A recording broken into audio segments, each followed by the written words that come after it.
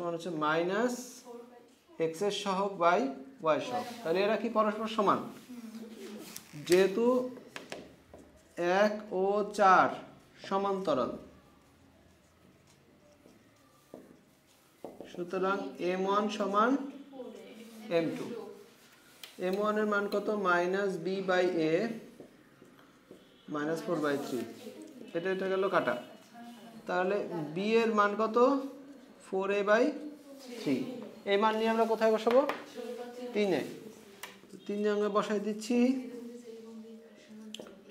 2/a plus 3/3 উপরে দিলাম।